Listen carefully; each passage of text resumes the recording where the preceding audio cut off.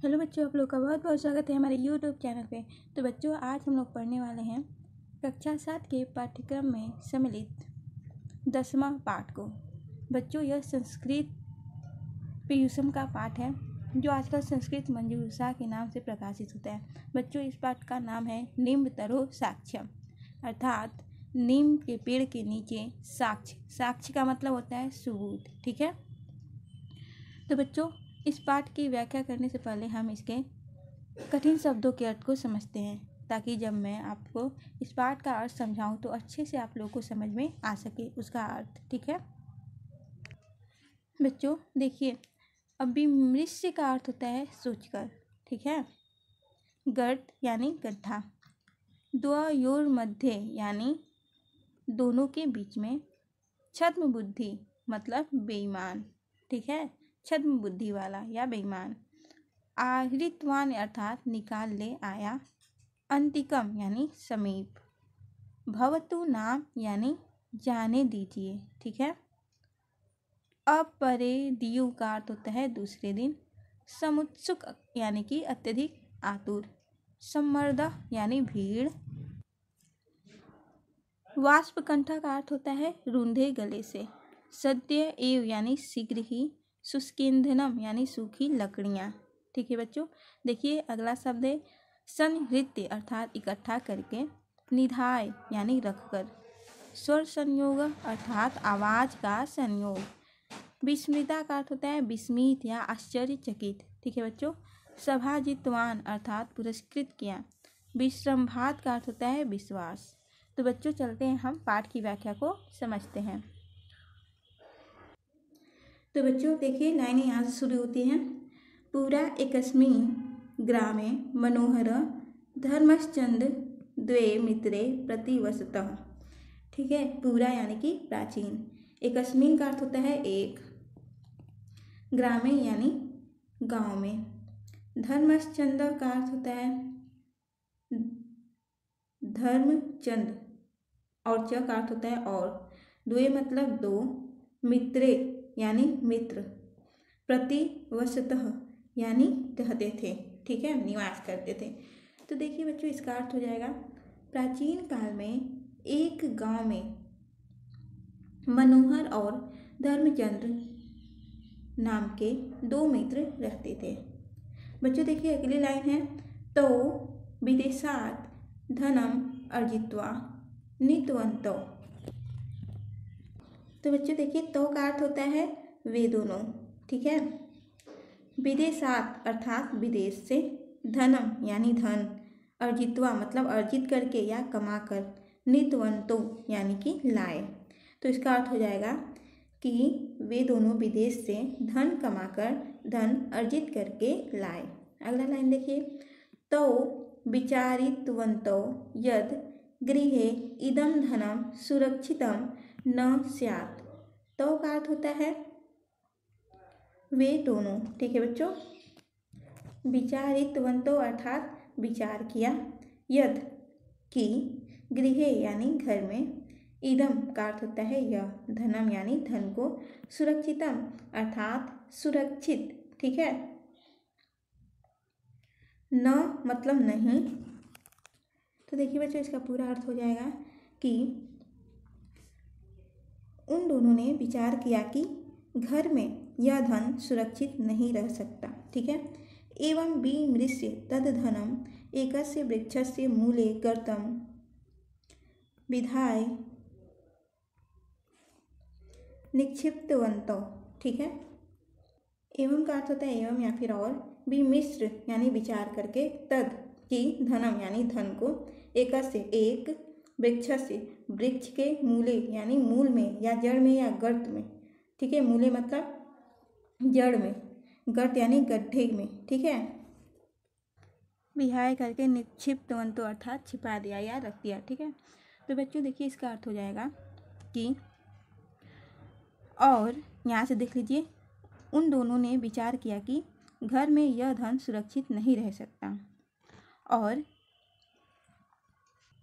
ऐसा सोचकर या विचार करके उस धन को एक वृक्ष के जड़ के नीचे गड्ढा करके छिपा दिया।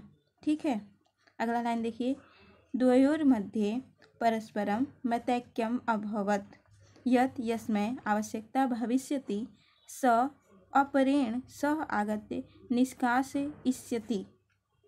द्वयोर मध्य का अर्थ होता है दोनों के बीच में। ठीक है बच्चों, परस्परम अर्थात आपस में, मत ऐक्यम मत धन ऐक्यम यानी कि एक मत, अभवत अर्थात हुआ, यत यानी कि यस्मै जिसको अर्थात धन की। ठीक है, आवश्यकता का अर्थ होता है आवश्यकता, भविष्यति अर्थात होगी, स का अर्थ होता है वह, अपरेण स अर्थात दूसरे के साथ, आगत्य यानी आकर, निष्कास्य इष्यति का अर्थ होता है कि निकाल लेगा। तो देखिए बच्चों, इसका पूरा अर्थ हो जाएगा कि दोनों के बीच में आपस में एक मत हुआ कि जिसको यानी धन की आवश्यकता होगी वह दूसरे के साथ आकर निकाल लेगा। अब चलते हैं अगले पंक्तियों की तरफ। आशा करती हूँ कि ये पंक्ति आपको समझ में आई होगी। देखिए बच्चों, यहाँ से दूसरी पंक्तियाँ शुरू होती है, दूसरा पैराग्राफ, और यहाँ पे कहा जा रहा है मनोहर सरल सत्यनिष्ठ चा आसीत् किंतु धर्मचंद अतीव चतुर छद्म बुद्धिश्च आसीत्। ठीक है, मनोहर अर्थात मनोहर, सरल मतलब सरल, सत्यनिष्ठ अर्थात सत्यनिष्ठ, च का अर्थ होता है और, आसीत यानी था, किंतु धर्मचंद अतीव अर्थात बहुत, चतुर यानी चतुर या चालाक, छद्म बुद्धि यानी छद्म बुद्धि वाला या फिर बेईमान, च मतलब और, आसित मतलब था। तो इसका अर्थ हुआ कि मनोहर सरल और सत्यनिष्ठ था, किंतु धर्मचंद अत्यंत या बहुत चतुर और बेईमान छद्म बुद्धि वाला था। अगला लाइन देखिए, धर्मचंदः अन्येद्यु निभृतं गत्वा सर्वं धनम आहृतवान्। ठीक है, धर्मचंद अर्थात धर्मचंद, अन्येद्यु यानी अन्य दिन या दूसरे दिन। ठीक है, निभृतम गत्वा अर्थात जाकर, सर्वम सारा, धनम यानी धन, आहृतवान का अर्थ होता है बच्चों निकाल ले आया। तो देखिए इसका अर्थ हो जाएगा कि धर्मचंद दूसरे दिन वहां जाकर छिपाए गए उस सारे धन को ले आया या निकाल लिया। ठीक है, अगला लाइन देखिए, ततश्च धर्मचंद मनोहरम अवोचत। ठीक है, ततश्च यानी उसके बाद, धर्मचंद अर्थात धर्मचंद ने, मनोहरम अर्थात मनोहर से, अवोचत अर्थात कहा, मित्र यानी मित्र, इसका अर्थ हो जाएगा। और उसके बाद धर्मचंद ने मनोहर से कहा, मित्र चलतु किंचित धनम आहर्तव्यम। चलतु अर्थात चलो, किंचित का अर्थ होता है कुछ, धनम अर्थात धन, आहर्तव्यम का अर्थ होता है लाना चाहिए। तो इसका अर्थ हो जाएगा चलो कुछ धन लाना चाहिए, मित्र चलो कुछ धन लाना चाहिए। अगला लाइन देखिए, द्वौ अपि वृक्षस्य अंतिकम आगतवन्तौ। ठीक है, द्वौ अर्थात दोनों, अपि मतलब भी, वृक्षस्य का अर्थ होता है वृक्ष के, अंतिकम का अर्थ होता है समीप या नजदीक, आगतवन्तौ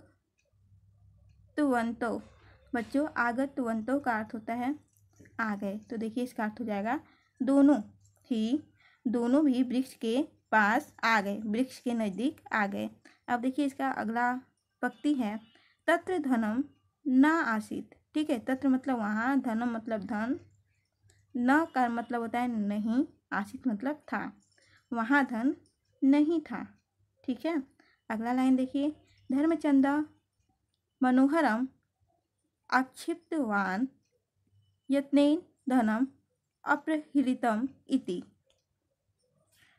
धर्मचंद ने मनोहर से आक्षिप्तवान, बच्चों आक्षिप्तवान का अर्थ होता है आक्षेप लगाना। ठीक है, यत्नेन धनम अर्थात सारा धन, अपहृतम यानी चुरा लिया। ठीक है, इति ऐसा। तो देखिए इसका अर्थ हो जाएगा कि धर्मचंद ने मनोहर पर आक्षेप लगाया कि उसने सारा धन चुरा लिया है। अगला देखिए, ततस्तौ विवदमानो राजानं प्रति गच्छतः। ततस्तौ अर्थात तत्पश्चात, विवदमानो अर्थात झगड़ा करते हुए, राजानम मतलब राजा के, प्रति अर्थात पास, गच्छतः यानी जाते हैं। तो देखिए इसका अर्थ हो जाएगा तत्पश्चात झगड़ा करते हुए वे दोनों राजा के पास जाते हैं। अगला लाइन है द्वयो विवादं श्रुत्वा राजा अब्रवीत् भवतु नाम स्वः निम्ब वृक्षस्य साक्ष्यम अवाप्य एव कश्चित् निर्णयः भविता। तो देखिए इसका अर्थ होगा द्वयो अर्थात दोनों का, विवादम यानी विवाद या फिर झगड़ा, श्रुत्वा अर्थात सुनकर, राजा अब्रवीत यानी बोला, भवतु नाम अर्थात बच्चों देखिए भवतु नाम का अर्थ होता है कि जाने दीजिए, स्वः अर्थात कल, नीम वृक्षस्य अर्थात नीम का पेड़, साक्ष्यम यानी कि साक्ष्य, सबूत या फिर गवाही, अवाप्य एव यानी प्राप्त करना, कश्चित का अर्थ होता है कोई या कुछ, निर्णय यानी निर्णय या फैसला, भविता का अर्थ होता है कि होगा। तो देखिए इसका अर्थ हो जाएगा कि दोनों का झगड़ा सुनकर राजा बोला, जाने दीजिए, अब कल नीम के पेड़ की गवाही को प्राप्त करके ही कोई फैसला होगा। ठीक है बच्चों, अगला लाइन देखिए, सत्यनिष्ठ मनोहर विचारितवान यद इदमेव समीचीन। सत्यनिष्ठ अर्थात सत्यनिष्ठ, मनोहर यानी मनोहर ने, विचारितवान का अर्थ होता है विचार किया, यद अर्थात कि, इदमेव यानी यही, समीचीन अर्थात ठीक है। तो देखिए इसका अर्थ होगा कि सत्यनिष्ठ मनोहर ने विचार किया कि यही ठीक है। अगला लाइन है निम्बतरु असत्यम न वक्ष्यति। निम्बतरु का अर्थ होता है नीम का पेड़, असत्यम अर्थात असत्य, झूठ, न मतलब नहीं, वक्ष्यति अर्थात बोलेगा, नीम का पेड़ असत्य नहीं बोलेगा। अगला लाइन है धर्मचंदो अपि प्रसन्न आसीत्। धर्मचंद धन अपि अर्थात धर्मचंद भी, प्रसन्न यानी प्रसन्न या खुश, आसीत् यानी था, धर्मचंद भी प्रसन्न था, खुश था। वो सोच रहा था कि नीम का पेड़ भला कैसे कोई सबूत देगा, है ना। तो अगला लाइन देखिए है अपरिद्यु राजा द्वाभ्याम सह निम्ब वृक्षम प्रत्यगच्छत। ठीक है, अपरिद्यु का अर्थ होता है दूसरे दिन, अन्य दिन। ठीक है, राजा यानी राजा, द्वाभ्याम अर्थात दोनों के, सह मतलब साथ, निम्ब वृक्षम अर्थात नीम के वृक्ष, प्रत्यगच्छत का अर्थ होगा पास गया। ठीक है, तो इसका अर्थ हो जाएगा कि दूसरे दिन राजा दोनों के साथ नीम के पेड़ के पास गया, नीम के वृक्ष के पास गया। अगला लाइन देखिए तय सह समुत्सुका नाम जना नाम सम्मर्द अपि आसीत्। तय का अर्थ होता है बच्चों उनके, सह अर्थात साथ, समुत्सुका नाम का अर्थ होता है उत्सुक, जना नाम अर्थात लोगों की, सम्मर्द यानी भीड़, अपि मतलब भी, आसीत् मतलब थी। ठीक है, तो देखिए इसका पूरा अर्थ हो जाएगा उनके साथ उत्सुक लोगों की भीड़ भी थी। अगली लाइन देखिए बच्चों, ते सर्वे सत्यम ज्ञातुम वाच्छन्ति स्म। ते का अर्थ होता है बच्चों वे, सर्वे अर्थात सब, सत्यम यानी कि सत्य, ज्ञातुम यानी ज्ञात करना या फिर जानना, वांछन्ति का अर्थ होता है चाहना, और स्म अर्थात थे। तो देखिए इसका अर्थ हो जाएगा कि वे सब सत्य जानना चाहते थे, सत्य को जानना चाहते थे कि आखिरकार क्या सत्य है। अगला लाइन देखिए राजा निम्ब वृक्षम पृष्ठवान हे निम्ब देव।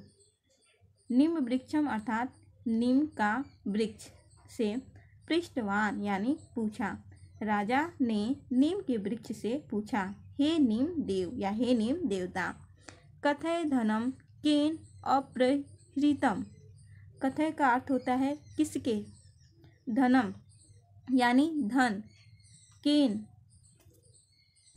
सॉरी बच्चों यहाँ देखिए कथय मतलब कहो, धनम यानी धन को, केन मतलब किसने या किसके। ठीक है, अपहृतम यानी चुराया। तो देखिए इसका अर्थ हो जाएगा कि कहो, हे नीम देवता कहो, धन किसके द्वारा चुराया गया है। तो अगला लाइन देखिए मनोहरेण इति नीम मूलात् स्वर प्रकटितः।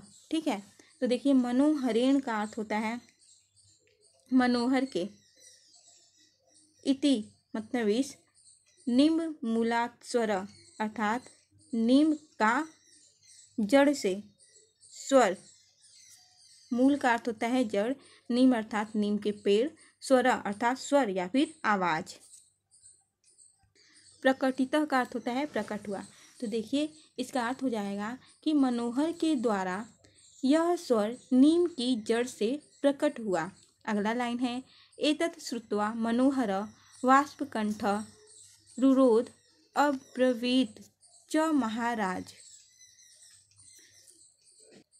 एतत् का अर्थ होता है यह, श्रुत्वा अर्थात सुनकर, मनोहर अर्थात मनोहर ने, वाष्पकंठ अर्थात रूंधे गले से या डरते हुए, जब कोई डरता है तो उसका गला थोड़ा सूख जाता है ना, लंबी लंबी सांसें लेने लगता है, तो इसीलिए कहा गया है कि रूंधे गले से या फिर सूखे हुए गले से। ठीक है, रुरोध यानी आंसुओं से। ठीक है, अब्रवीत यानी कि बोला, च का अर्थ होता है और, महाराजा यानी महाराज। तो देखिए बच्चों इसका अर्थ हो जाएगा कि यह सुनकर आंसुओं से रूधे हुए कंठ वाले गले से या कंठ से मनोहर ने कहा, महाराज ऐसा निम्नतरु असत्यम वक्तुम नार्हति। ठीक है, ऐसा का अर्थ होता है कि यह, निम्नतरु अर्थात नीम का पेड़, असत्यम का अर्थ होता है असत्य अर्थात झूठ, वक्तुम का अर्थ होता है बोलना या कहना, नार्हति यानी अर्थात नहीं कह सकता। तो देखिए इसका अर्थ हो जाएगा बच्चों कि यह नीम का पेड़ असत्य नहीं कह सकता है ना। देखिए फिर से एक बार सुन लीजिए। यह सुनकर आंसुओं से रूंधे हुए कंठ से मनोहर बोलता है, कहता है कि महाराज यह नीम का पेड़ असत्य नहीं कह सकता। अगला देखिए, अत्र काचित छद्म योजना वर्तते। अत्र अर्थात यहाँ, काचित का अर्थ होता है कोई, छद्म योजना अर्थात बेईमान या फिर छद्म योजना वाला, छद्म योजना। ठीक है, वर्तते यानी कि है। तो यहाँ पर देख लीजिए कहा जा रहा है कि यहाँ कोई छद्म योजना है ना। अगला लाइन है अहम सद्य एव प्रमाणितम करोमि। अहम का अर्थ होता है मैं, सद्य अर्थात सद्य एव का अर्थ होता है अर्थात शीघ्र ही, प्रमाणितम यानी प्रमाणित या साबित, करोमि अर्थात करूँगा, यानी मैं शीघ्र ही प्रमाणित करूँगा या साबित करूँगा। बच्चों अगली लाइन की तरफ चलते हैं और देखिए अगला लाइन यहाँ पे है कि मनोहर शुष्क ईंधनम संहृत्य वृक्षमूले निधाय अग्निम प्रज्वालितवान। ठीक है, मनोहर अर्थात मनोहर ने, शुष्क ईंधनम यानी सूखी लकड़ियों से। ठीक है, सूखी लकड़ियाँ। अगला लाइन है वृक्ष मूले अर्थात वृक्ष के मूल में, वृक्ष के जड़ में, संहृत्य इकट्ठा करके, अग्नि यानी अग्नि, प्रज्वालितवान का अर्थ होता है प्रज्वलित किया। तो इसका अर्थ हो जाएगा मनोहर ने सूखा ईंधन इकट्ठा करके वृक्ष की जड़ में रख कर अग्नि प्रज्वलित कर दी, है ना। वृक्ष के जड़ में जो मनोहर है वहाँ पे बहुत सूखे हुए ईंधन लाता है, लकड़ियाँ लाता है और वहाँ पे इकट्ठा करके वहाँ पे आग लगा देता है। अगला लाइन देखिए, तत्काल मेयु वृक्ष मूलात रक्षतु रक्षतु इति स्वर संयोग श्रुत। तत्काल मेयु का अर्थ होता है तत्काल ही, वृक्ष मूलात अर्थात वृक्ष की जड़ से, पेड़ के जड़ से, रक्षतु रक्षतु यानी रक्षा करो रक्षा करो, इति ऐसा, स्वर संयोग यानी कि स्वर संयोग, श्रुत अर्थात सुना गया। तो देखिए इसका अर्थ हो जाएगा कि तत्काल ही, शीघ्र ही वृक्ष की जड़ से रक्षा करो ऐसा स्वर संयोग सुना गया। राजा सैनिकान आदिष्टवान तत्र यो अपि भवेत तम बहि आनयतु। राजा का अर्थ होता है बच्चों राजा ने, सैनिकान अर्थात सैनिकों को, आदिष्टवान यानी आदेश दिया, तत्र धन अपि, तत्र मतलब वहाँ, अपि मतलब भी। ठीक है, भवेत यानी हुआ हो, तम उसको, बही यानी बाहर, आनयतु का अर्थ होता है लाओ। तो देखिए इसका अर्थ हो जाएगा, राजा ने सैनिकों को आदेश दिया, वहाँ जो भी हो उसको बाहर लाओ। अगला लाइन देखिए, सैनिका वृक्ष कोटरे स्थित जन्म बही आनितवंत। सैनिका का अर्थ होता है बच्चों सैनिक, वृक्ष कोटरे अर्थात वृक्ष की कोटर में। कोई पेड़ आप लोगों ने देखा होगा बहुत पुराना होगा, हो गया होगा, तो उसकी जड़ों में एक थोड़ा गड्ढा टाइप का बन जाता है ना, छेद टाइप का, तो उसको कहा जाता है वृक्ष का कोटर। ठीक है, तो वही कहा जा रहा है कि वृक्ष का कोटर स्थितम अर्थात स्थित, जन्म यानी जन को, वही अर्थात बाहर, आनित वंतः का अर्थ होता है लाए। तो इसका अर्थ हो जाएगा कि सैनिक वृक्ष की कोटर में स्थित व्यक्ति को, जन को बाहर लाए। अगला लाइन देखिए, तम दृष्टवा सर्वे विस्मृता आसन। तम का अर्थ होता है कि उसको, दृष्टवा देखकर, सर्वे सभी, विस्मृता अर्थात विस्मृत या फिर आश्चर्यचकित, आसन यानी थे, यानी उसको देखकर, उस व्यक्ति को देखकर सब आश्चर्यचकित थे। यतो ही स धर्मचंदस्य वृद्ध पिता आसीत। ठीक है, यतो ही का अर्थ होता है क्योंकि, स अर्थात वह, धर्मचंदस्य अर्थात धर्मचंद का, वृद्ध यानी बूढ़ा, वृद्ध, पिता अर्थात पिता, आसीत मतलब था, क्योंकि वह धर्मचंद का वृद्ध पिता था। अगला लाइन है, राजा सर्वम अपि ज्ञातवान। सर्वम मतलब सभी, अपि मतलब भी, ज्ञातवान यानी ज्ञात हो गया या जान लिया। तो देखिए इसका अर्थ हो जाएगा कि राजा ने भी सब कुछ, सभी कुछ जान लिया। तो देखिए बच्चों इसका अर्थ हो जाएगा कि राजा ने भी सभी कुछ जान लिया। अगला लाइन है, सपितरम पुत्रंच कारागारे निक्षिप्तवान। स मतलब वह या उस, पितरम अर्थात पिता, पुत्रंच पुत्र, धन च पुत्र, और च का अर्थ होता है और, कारागारे मतलब कारागार में या जेल में, निक्षिप्तवान का अर्थ होता है डाल दिया। तो इसका अर्थ हो जाएगा कि उस अर्थात राजा ने पिता और पुत्र को जेल में डाल दिया। अगला लाइन है, अपि च तत्सर्वम धनम स पुरस्कार मनोहराय समर्प्य तम सभाजितवान। ठीक है, अपि का अर्थ होता है भी, च मतलब और, तत्सर्वम यानी तत् मतलब वह, सर्वम मतलब सारा, धनम धन, स पुरस्कार यानी पुरस्कार सहित, मनोहराय अर्थात मनोहर को, समर्प यानी समर्पित, तम मतलब उसे, सभाजितवान का अर्थ होता है पुरस्कृत किया। ठीक है, तो इसका अर्थ हो जाएगा कि और भी वह सारा धन पुरस्कार सहित मनोहर को समर्पित करके उसे पुरस्कृत किया गया। ठीक है बच्चों, तो बच्चों यहाँ पे आप लोगों ने देखा कि जो दो मित्र थे उनमें से एक मित्र तो बहुत ही ज़्यादा सरल हृदय का था, अच्छा हृदय वाला था, और एक जो था वो कपटी था, है ना। तो वो सारे धन को चुरा भी लेता है, फिर भी वो कहता है कि मैंने नहीं चुराया। और तो और जब साक्ष्य की बात आई तो उसने नीम के पेड़ के नीचे अपने पिता को ही छिपा दिया ताकि वो सही साबित हो जाए। बच्चों एक बार यहाँ से यहाँ तक का आप फिर से अर्थ समझ लीजिए। देखिए बच्चों यहाँ पे कहा गया है कि मनोहर ने सूखा ईंधन इकट्ठा करके वृक्ष की जड़ में रखकर अग्नि प्रज्वलित कर दी और तत्काल ही शीघ्र ही वृक्ष की जड़ से रक्षा करो ऐसा स्वर संयोग सुना गया। राजा ने सैनिकों को आदेश दिया कि वहाँ जो भी है वो उसको बाहर लाओ। सैनिक वृक्ष की कोटर में स्थित व्यक्ति को बाहर लाते हैं और उस व्यक्ति को देखकर सब आश्चर्यचकित हो जाते हैं। अब क्यों हो जाते हैं? क्योंकि वह जो वृक्ष के कोटर में छुपा हुआ व्यक्ति था वह धर्मचंद का बूढ़ा पिता था, है ना। तो राजा ने सभी कुछ जान लिया कि क्या माजरा है, तो उस राजा ने पिता और पुत्र को जेल में डाल दिया, ठीक है, और सारा धन पुरस्कार सहित मनोहर को समर्पित करके मनोहर को पुरस्कृत किया। ठीक है बच्चों, तो चलिए अब हम इसके प्रश्न और उत्तरों को देखते हैं। तो देखिए बच्चों यहाँ पे पहला प्रश्न है एक पदेन उत्तरत, अर्थात एक पद में उत्तर देना है। जैसे में मनोहरस्य मित्रम का आसीत, तो केवल एक पद में देंगे धर्मचंद, ठीक है। कह है कि तव अर्जित धनम कुत्र निक्षिप्तवन्तु, उत्तर हो जाएगा वृक्षस्य मूले। ख है मनोहरस्य स्वभाव कीदृश आसीत्, उत्तर हो जाएगा सरल सत्यनिष्ठ। ग है संयद्यु सर्वं धनम कः आहृतवान्, उत्तर हो जाएगा धर्मचंदः।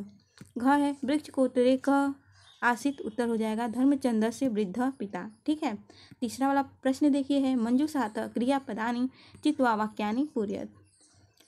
यहाँ पे जो कोष्टक में शब्द दिए गए हैं उनको छाट करके आपको वाक्य को पूरा करना है। तो कहे तो विदेशात धनम, तो बच्चों इसमें भराएगा अर्जित्वा नीतवंतो। कहे धर्मचंद अतीव चतुरः आसीत्, तो यहाँ पे भरा जाएगा कि धर्मचंद अतीव चतुर छद्म बुद्धिश्च आसीत्। ठीक है। ग है ततस्तौ विवदमानो प्रति गच्छत, तो इसमें भरा जाएगा राजानम। गह है निम्बतरु न वक्ष्यति, तो हो जाएगा असत्यम न वक्ष्यति। ठीक है। अंग सपितरम पुत्रंच कारागारे, तो यहाँ पर हो जाएगा निक्षिप्तवन्तो। बच्चों हमारा अगला प्रश्न है प्रश्न संख्या 4 और यहाँ पे कहा जा रहा है कि रेखांकित पदेषु कारकस्य नामालोकम कुरुत। रेखांकित पदों में कारक का नाम लिखिए, यानी इसमें जो कारक हैं उनको आपको पहचानना है और नाम लिखना है। तो देखिए जैसे हम यहाँ पर दिया गया है स ग्रामम गच्छति, तो बच्चों यहाँ ग्रामम में कौन सा कारक है, तो कर्म कारक, वह गांव गया। ठीक ना।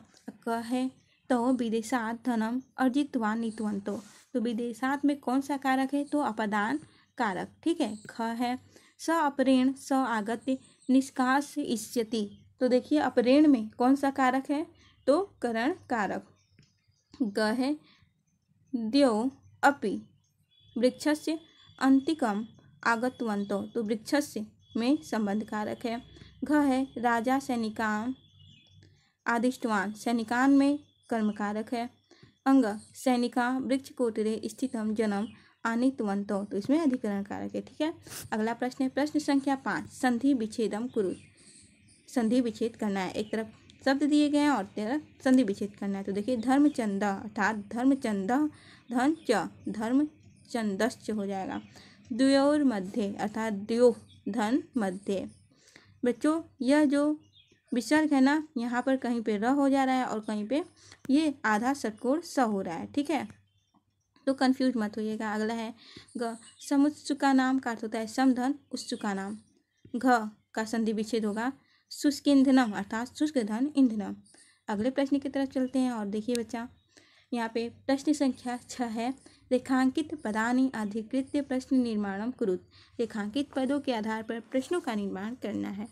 तो क है एकस्मिन् ग्रामे द्वे मित्रे प्रतिवसतः, तो एकस्मिन् की जगह हमें भरना पड़ेगा कस्मिन्, अर्थात आप ऐसे प्रश्न बनाओगे कि कस्मिन् ग्रामे द्वे मित्रे प्रतिवसतः।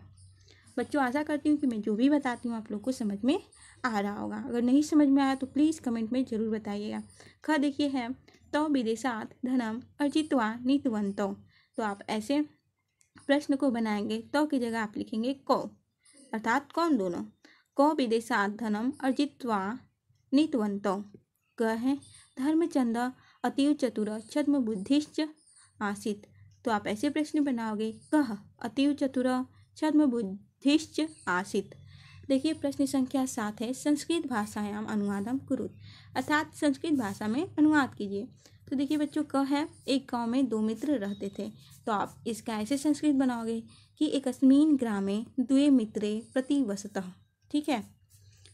यहाँ पर आप स्म भी लिख सकते हैं। ख है वे दोनों विदेश से धन अर्जित कर ले आए, तो इसका संस्कृत अनुवाद हो जाएगा तो विदेशात धनम अर्जित्वा नीतवन्तो।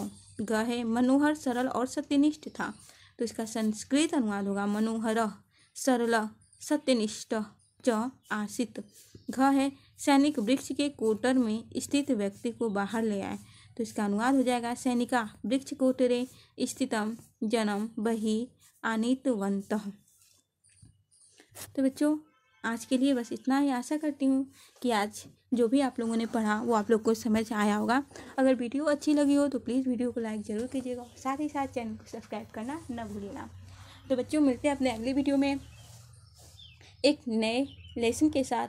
तब तक के लिए बच्चों धन्यवाद। पढ़ते रहिएगा।